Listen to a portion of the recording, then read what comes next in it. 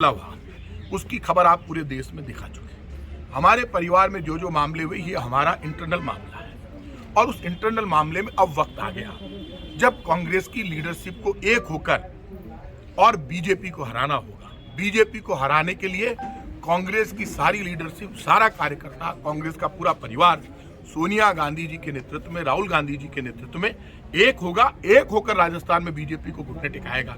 ये हमारा संकल्प है। उस संकल्प पर हम काम कर रहे हैं। आपको मैं बता दूंगा कि यही सारे फौज हमारी, हम एक होकर लड़ने जाएंगे।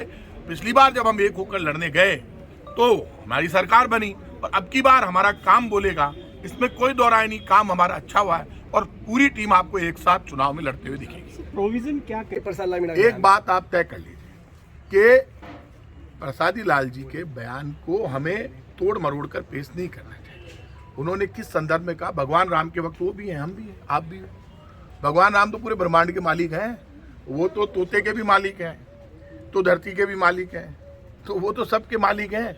भगवान राम का असली चरित्र महात्मा गांधी ने गाया। उन्होंने कहा चाहे गीता चाहे कुरान सब में बसते राजा राम। और जो उन्होंने बात कही, ईश्वर अल्लाह तेरो नाम सबको सन्मति दे भगवान, ये उन्हीं का भजन है।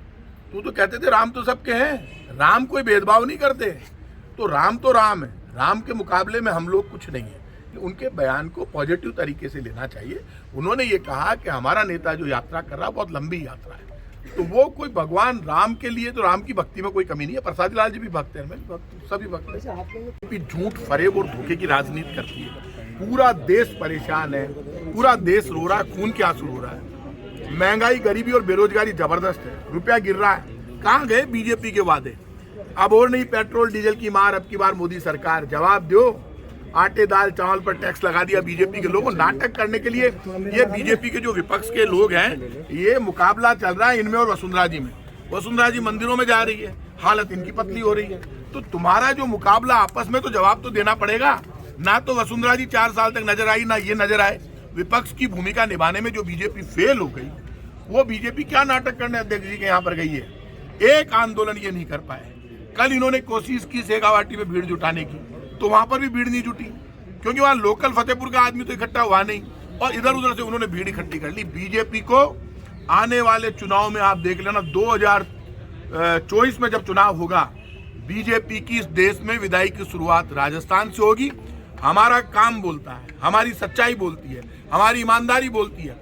बुजुर्ग, विकलांग, विधवा पेंशन 1 करोड़ लोगों को हम दे रहे हैं। राजस्थान में नौजवान के लिए काम हो रहा है, उनको रोजगार मिल रहा है। और आप इस बात को जानते हैं, हमारा मेडिकल का मॉडल पूरी दुनिया में नंबर 1 पर है।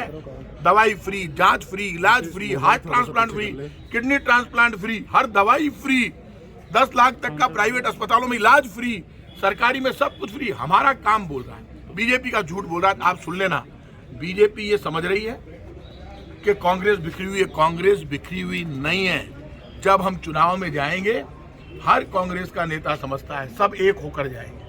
और इस वक्त लोग सोनिया गांधी जी के नेतृत्व में, आपने देखा होगा, कांग्रेस के नेताओं की बयानबाजी बंद हो चुकी है। सबका एक ही मकसद है। कांग्रेस इस बात को जानती है, सब संगठित होकर चुनाव जीत सकते हैं। इसलिए सारे लोग मिलकर एक होकर जाएंगे। बीजेपी के मंसूबे कामयाब नहीं होने देंगे।